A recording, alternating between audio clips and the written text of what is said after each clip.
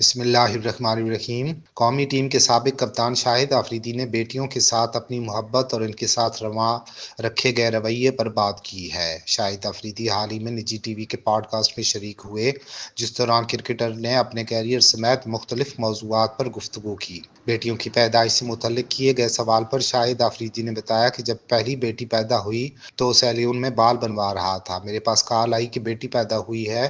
مجھے آج بھی یاد ہے کہ جب چھوٹے بھائی نے مجھے اقصیٰ گود میں دی تو میرے ہاتھ کانپ رہے تھے۔ اس کے بعد انشا آئی، تب بھی ایسا ہی احساس تھا۔ شاہد آفریدی کا کہنا تھا کہ شادی کے بعد اور پھر بیٹیوں کی پیدائش کے بعد میں نے اپنی زندگی کو بدلتے اور بہت بدلتے دیکھا، لیکن ماں کی طرح اولاد کے لیے وقت نکالنا باپ کی بھی ذمہ داری ہے۔